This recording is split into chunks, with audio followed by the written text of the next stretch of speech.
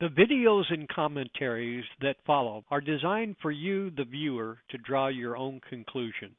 Homelessness has been a problem in our city for a very long time. Missing seems to be a lot of accurate and current data. The question is, are we trying the same old, tired routines that have failed our city in the past? Is there hope for those who deserve a hand up rather than a handout? You will have to make your own decision based on what you're about to see.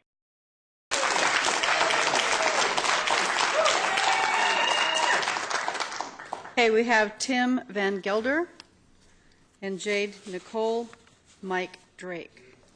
All right, Tim going once. All right, who's after Tim? Jade Nicole. All right, Jay going. There we go. And then Mike Drake. Hello, everyone. I'm a local business owner in District 4. We've had an art gallery there for 3 years. We've been at the location for 5 years. The homeless has been a continuous problem. At the beginning of opening our store 3 years ago, we had to do an extension to the building because they were camped out, they were defecating, they were using drugs, they broke our windows, they ran off our customers. We had to spend $25,000 and go through the historical preservation to do the addition. We were able to do that. We were hoping that would solve the problem, but the problems haven't been solved with the homeless. There's only so much that DSP can do and local law enforcement. We're battling a problem with homeless that are severely mentally ill. We've had to close our store on the weekends out of safety for employees. We had a homeless person that was saying racial slurs about our business because it's multicultural. He had a swastika tattooed in the middle of his forehead. We had to close our doors immediately. We've had several instances like that. I've been followed in the building by a mentally ill homeless person that threatened to kill me. This is a regular day in the life of being a business owner in downtown Sacramento.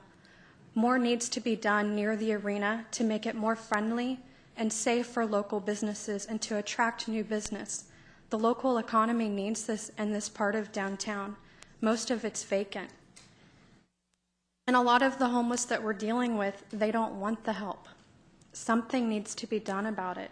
It's affecting all of the local businesses in our community. It takes away from us being able to provide for our families. And there's only so much that the local government can do. We need more help from City Council to be involved in providing more resources, not only to the homeless, but to the local businesses so they can keep their doors open. Need your final thought, please. That's it. Thank you. Thank you very much for your time. Mike Drake.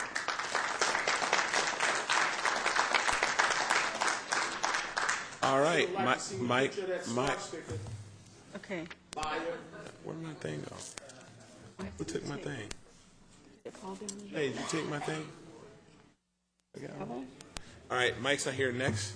Okay, we have Benjamin Spalding, Harry Parham,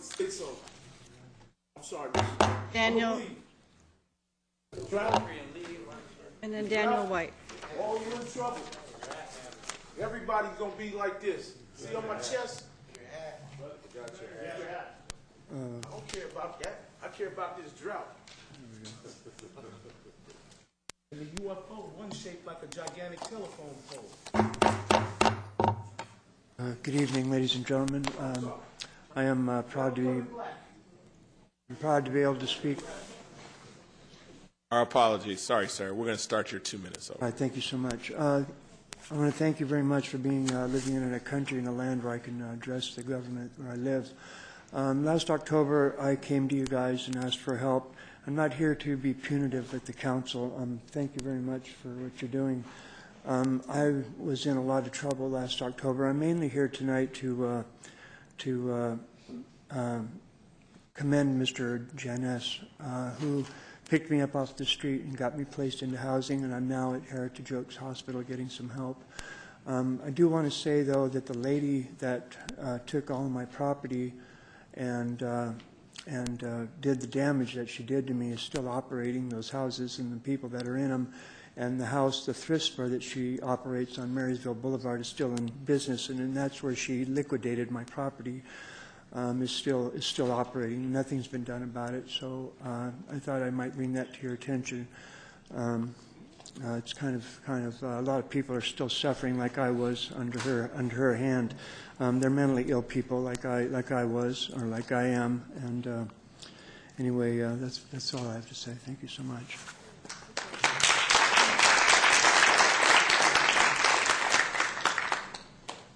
Following Harry Parm is Daniel White, and then Dave Genet. Good evening, council members. My name is Harry Parm. I guess I'm the new face of homelessness. Recently, I became homeless after my girlfriend had died. She was staying in a SAR unit, and I lived there for 4 years. I'm also registered with SAR. I've been waiting for them to call me for the past 5 years, so I don't know what's going on with that. My options were to go to the mission, which I'd rather go to jail than go to the mission. It's a nasty place. It's deplorable. I spent 1 week there. I stayed 3 weeks in front of Salvation Army on their grass, trying to get in there, which I finally got in. I was there for 2 months. No help whatsoever. I was finding a job, trying to do anything else. I went out and got me a job on my own, and I'm currently looking for unemployment, and thanks to the man was just up here, and Dave, I do have a place to stay right now, temporary, but I'm still waiting for SAR to call, and I don't know why it would take 5 years for you to call somebody. I am 60 years old. I'm not a drug addict. I don't have any mental problems, but I do need a place to stay. That's all I have to say.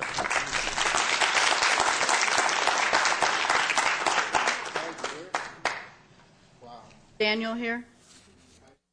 Daniel had other commitments tonight, ma'am. Hey, Dave Genet. Cool. And if you'll bear with me just a minute, please. On Nextdoor.com to dispel rumors. There was a rumor out in the community tonight that we're going to have a session that Mr. Chenier was going to bring up abolishing the camping ordinance.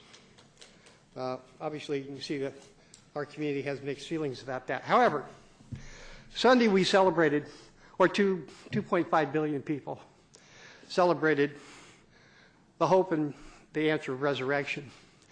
Billions of people around our planet, our neighbors, our world community believe in redemption.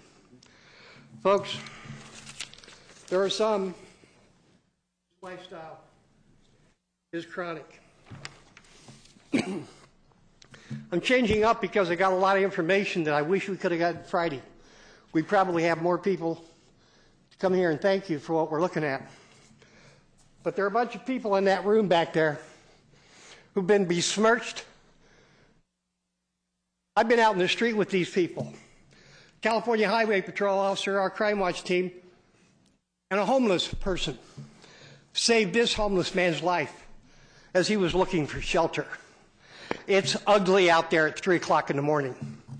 You folks need to get out there with our police officer.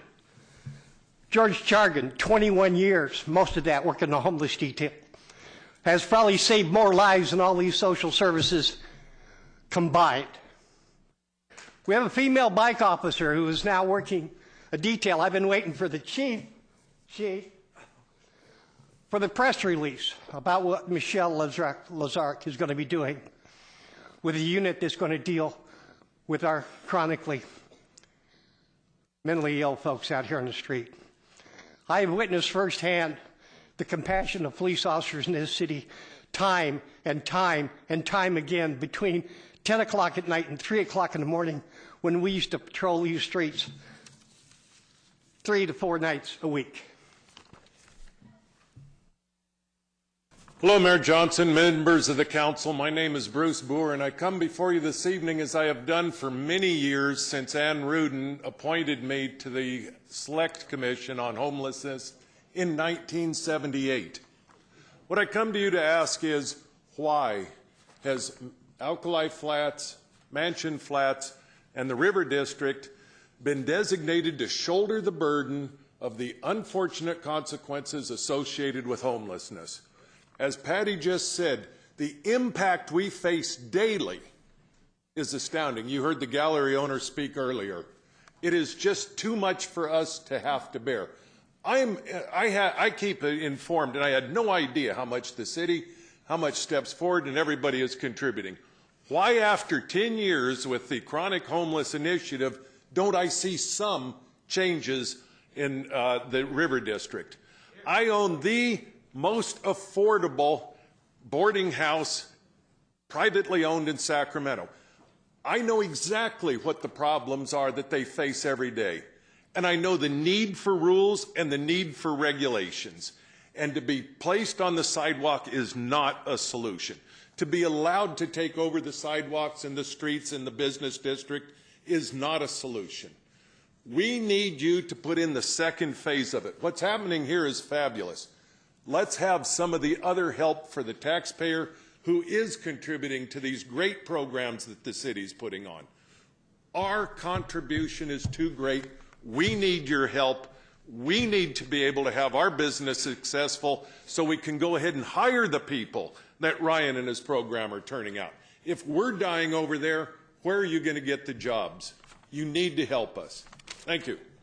There are people who do not want help, do not want jobs. They enjoy the lifestyle. Before we hear from our neighbors again and those who want to abandon the rule of law, look at what the community is saying.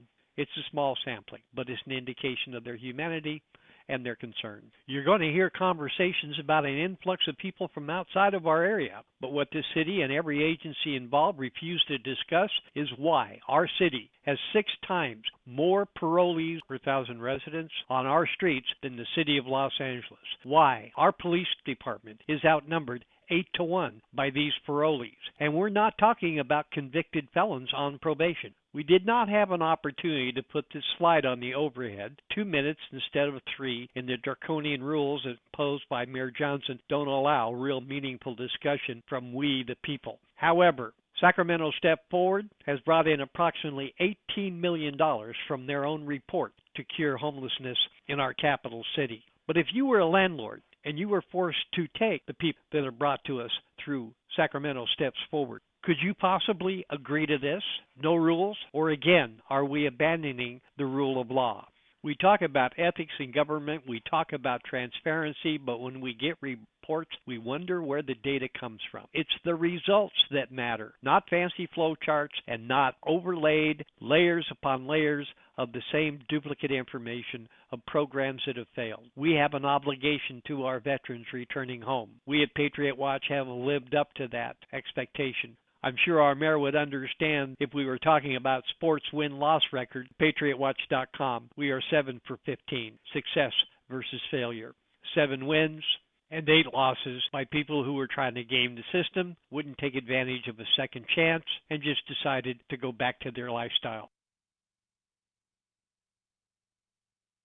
Sandra Betancourt, president of the Benelli Neighborhood Association in District 2, and I'm here tonight to say thank you so much to the fine ladies and gentlemen that have been doing all of the social outreach and assisting the homeless population in the city of Sacramento. The statistical information that was presented to us this evening was very well done, but it's lacking a key component. There was no reference made to those individuals who refuse services. And there is a large component, I would say a significant percentage, of individuals that refuse services. And I think you're very remiss in not reporting that. That addresses the need for law enforcement's presence, not a decrease in law enforcement. And I'll hear sighs from the back of the room thinking that's a very unfair thing. We've heard from Alkali Flat saying they thought that they were the recipient of the most individuals causing problems in their area. I beg to differ. I believe it is District 2. And not everyone from District 2 embraces this creek project that we're learning about now. So what I would ask you to do is to not decrease any law enforcement staffing devoted to this project. We want you to increase it. We depend on them to keep us safe. We have panhandlers, aggressive panhandlers, public inebriants. It's unlivable. And we demand that we have law enforcement presence increased. Thank you. Thompson? Hello, everybody. My name is Robert Thompson. I was homeless in this city for about 7 or 8 years. I off and on maybe 10 maybe, but at least a stretch of 7. And I have lived in this city about 45, 50 years. I've always done everything I could do to make this city better, you know, but it was always for me, you know. I mean, that may sound, and it is kind of negative, like, on my part. Until I got out, and now I was homeless, and I found out, one thing I learned about being homeless was, it wasn't so much the fact that I didn't have a home, you know, although it was kind of in a way, but the main thing was, I had fun. I had fun being homeless. I was running, I'd get a bag of methamphetamine, you know what I mean, and I'd go downtown, sit on a bench at nighttime, and I would run the Tonight Show, you know. I mean, people would walk by, hey, it's Arnold Schwarzenegger's here on the Tonight Show, yay. And I, you know, oh, get down, or this and that, you know, and did all kinds of voices like Pee Wee Herman and this and that and whatever. I don't know if you ever watch YouTube where that guy says, and you could see this man tomorrow morning, you know, and all that kind of thing. And I had fun. Okay, when I was homeless, I had fun. To me, that now that I think about it, because I've been clean and sober now for about 17 years. I have a piece of paper that says that I have a certificate of rehabilitation where the state of California says this, I deserve to be pardoned completely. You know what I mean? I could go get a gun. You know, I could walk in the store and say, hey, give me a Glock, man. You know what I mean? I can't do that because Congress will not. I had one violent felony. I had 5 felonies, and I was pardoned for all 5 felonies. My one violent felony, I went in the store and pulled out a little pocket knife down on 16th Street, and I bought something. The lady opens the cash register, and I say, hey, Robert, hold up. Robert, we need your final thought, please. Okay, anyways, anyways, I had fun. Okay, no, I hate to say it, John. I had a blast. But now, you know, but I still support the homeless, and I'm doing everything I can for them. Thank you. This is my first time at the City Council meeting. I'm the Dixie Ann Neighborhood Watch captain. I came tonight to let you know that I'm grateful for what you guys are doing, but there does need to be more help. 4 incidences, Friday, Saturday, Sunday, and Monday. This week, just recently, that's not what this goes on all of the time. Two homeless ladies and a gentleman walking past my house. I'm eating dinner. Something hits me in my stomach, says, there's something funny. I go to the window. They're in my yard. I go outside. What are you doing? They've picked my flowers. They're getting ready to get into my rose bush. Last year, they practically killed my rose bush. Let's see, Saturday, the gentleman next door just had his fourplex rebuilt after it getting burnt down last year. May. Woke up on fire. Gentleman sitting on his brand new wrought iron fence went up to him and said, sir, I'm sure the man who put this up didn't intend for you to sit on it or, you know, bend it up or whatever. Would you please get off of it? He did. Sunday, I'm eating dinner once again. My neighborhood people come to the house. We have people that have been living in the alley for a month. I said, call the police and call 311. Then I sat down. I said, no, just a minute. Let me put my shoes on. Let's go. We went down. I walked up. I said, what are you doing? We're living here. No, you're not living here. Look at the mess you've created. You can't do this. You've got to pack your stuff up and move on. So they did. Sunday or Monday, we go back to clean the alley up. I've got 7 needles in a plastic container to give to somebody because, you know, what are we going to do with them? We have 2 large contractors' bags full of stuff they left behind. They had made a lean-to, chopped down some trees to make a lean-to. Those are there. I called the city to come pick up the bags that we cleaned up.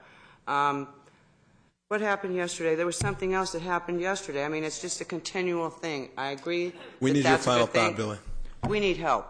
We need more help. If you're going to help, then come to the districts too, because we've got a bunch that they need help. Thank you.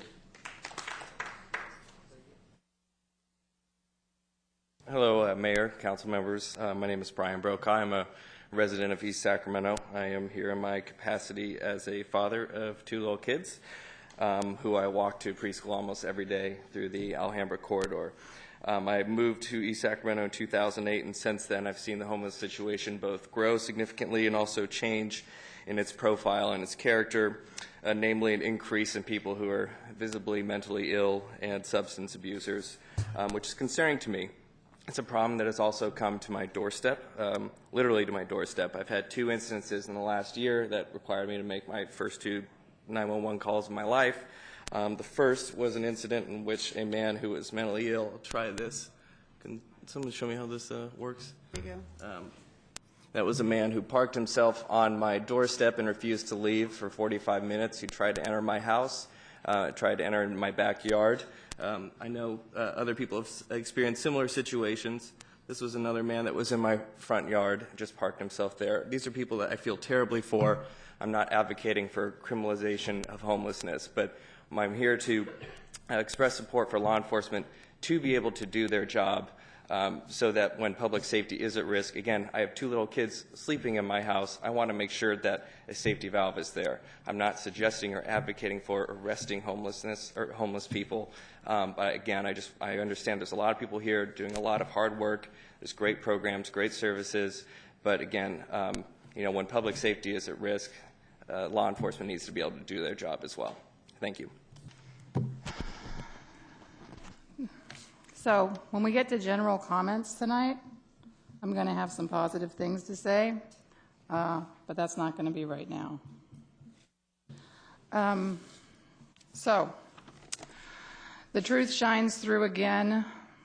The last sentence of this report says, this is what was provided. This report allows the City Council to provide input on the policies and programs of Sacramento steps forward in the context of the regional approach and in light of resources and efforts made by our other partners, Sacramento County and SHRA.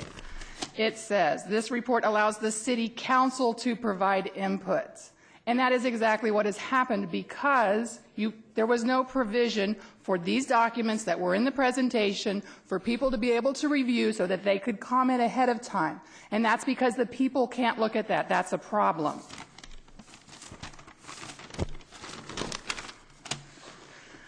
Public comment on this item started at 8:45. The last bus typically leaves this area at 8:30. I have been watching people leave, and I'm going to cut to the chase. You are using your privilege to talk to us about services. We want to talk about criminalization. Many of us do. There was overflow capacity at the state capitol today for the Right to Rest Act to block your heartless ordinances. People there got to talk, but not here, because your 1-hour presentation is meant to cram the mic with as much one-way conversation as you can impose, because you don't want to hear from Lola Ellis of 99 Rise. I got some spoken word on this. I'm going to have to save that for general comments. I really look forward to laying that on you. I just want to say, as we look to the future, we committed funds last year. We have 1 more year, but we need to be thinking about how we fund common sense going forward, especially because we said if you were successful, we would continue. We did say the opposite, too, that if you weren't successful, then we would stop funding you, because I think we want to have a really important results-oriented focus, and you guys agreed to that. But the data analysis and the housing gap, and those are things that, as we use data to identify barriers or gaps, I think housing clearly is one of the biggest gaps we have, and for the council to think about how we can provide resources to support housing. And there's a lot of different ways to do that, and I don't think there's any one right way, and there's no one solution that's gonna get us there, so it's going to have to be a bunch of things. But finally, I saw Kim Z in the room tonight. She's our community prosecutor. She left earlier. But a lot of these issues, and maybe this is the sensitive underbelly of the whole thing, but a lot of the issues around camping and defecation, urination in public, I'm not going to support the repeal of any of those ordinances, because I think what it does is it sets a standard for behavior that's not acceptable in society. And what we're trying to do here is provide a positive way out of homelessness for those people that need that path. And if some people don't want to participate in society, we shouldn't then say that that's okay and undermine all the other work. I represent the Central City. Everybody knows I live in Alkali Flat. My neighbors, my residents, throughout the district, they tell me they have compassion, but when they don't have a solution to somebody defecating or urinating in their side yard, stealing their bicycles, scavenging on their property, that becomes sort of beyond the line of help them, and it's stop them from hurting me. I do want to talk about the camping ordinance very quickly here. I also don't think that we should change the law on it, but what I'd like to do is see what kind of tools we have on the back end.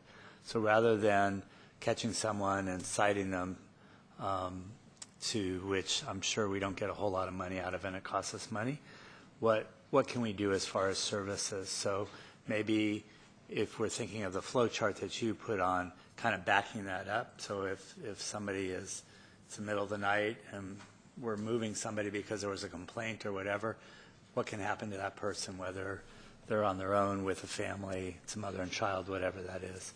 So I'd love to have that discussion and see where we can go with that.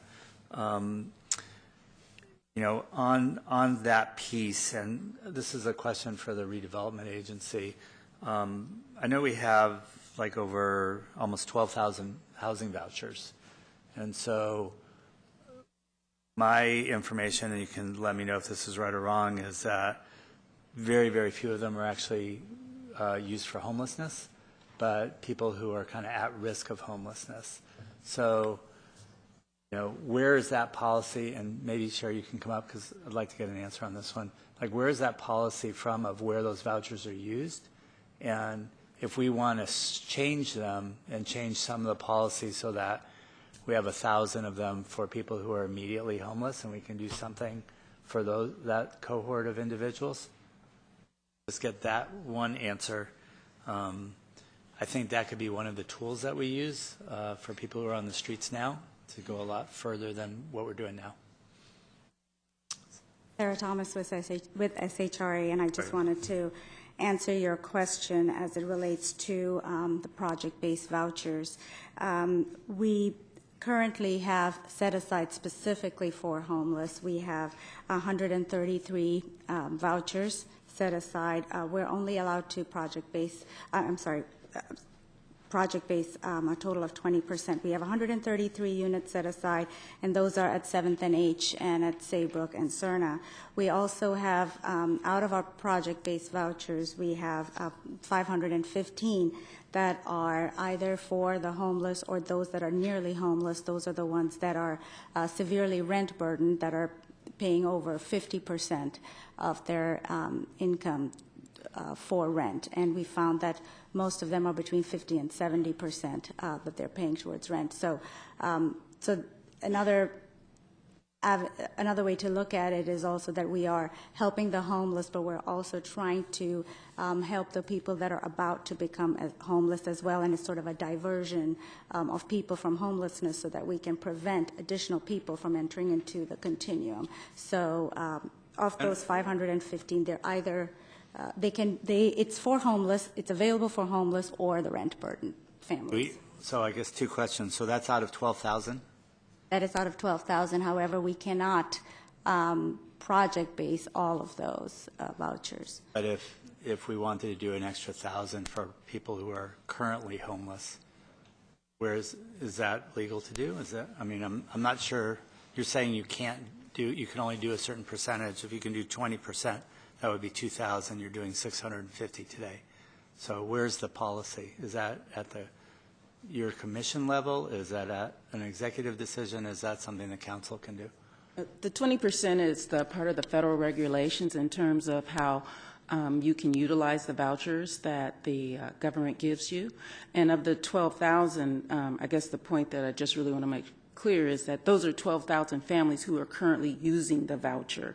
You know, we're at a 99% utilization. So those aren't just vouchers that are sitting. We have to wait until someone comes off the program in order to make vouchers available for people who are on the waiting list. So we could, just so I understand and clear, and we can come back to this as part of the other discussion. So you probably have about 1,400 more potentially that could be used for people who are currently homeless. I don't know how many of the 515 you use for homeless versus at risk for homelessness, and I understand that. Yeah. And what's the turnover on the 12,000? Like each year, how many open up?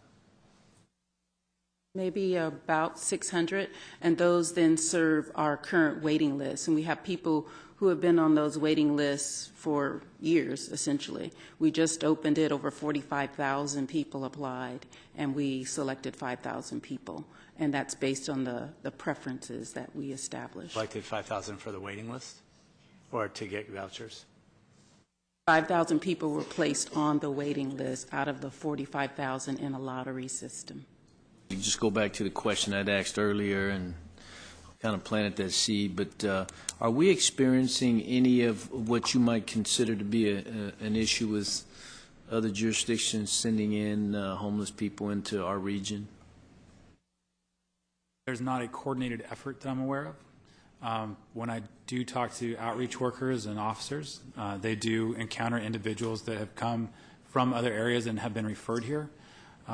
Sometimes we'll hear in an area that doesn't have a lot of services, when they do engage someone that's a counselor, they'll say, well, if you need services, try Sacramento. That type of scenario I do hear. But it's not a coordinated effort where we see this huge inflow coming in. Are we doing any statistical information gathering relative to that issue? And I don't know how it was determined. I think there was some information that was leaked when we had the mental illness issue. And I'm not suggesting that that homeless people are just coming here or they're being shipped here, but I have been tipped, if you will, that there has been some coordination to send people to this area.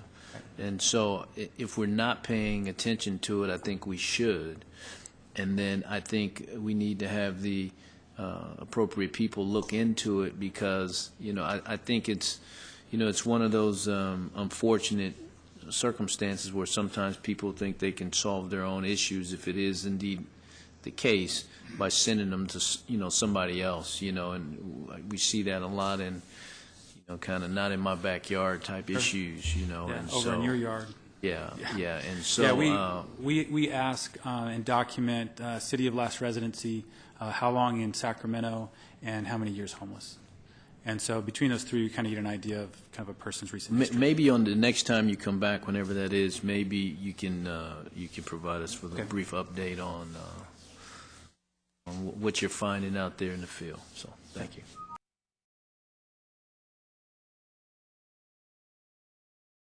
You were patient enough to spend the last 33 minutes watching this video. That means you care. That means the safety of your neighbors, your family, your loved ones matter. Thank you for that. But it's going to take more. It's going to take an effort, a team effort, by caring and compassionate citizens who want to make a difference and who are not willing to tolerate government obstruction, violation of the California Public Records Act, or the Brown Act. You have it in your power by joining forces with those committed to seeing the rule of law, at the same time helping our neighbors who deserve a hand up to make a difference. We hope you'll call us. And thank you.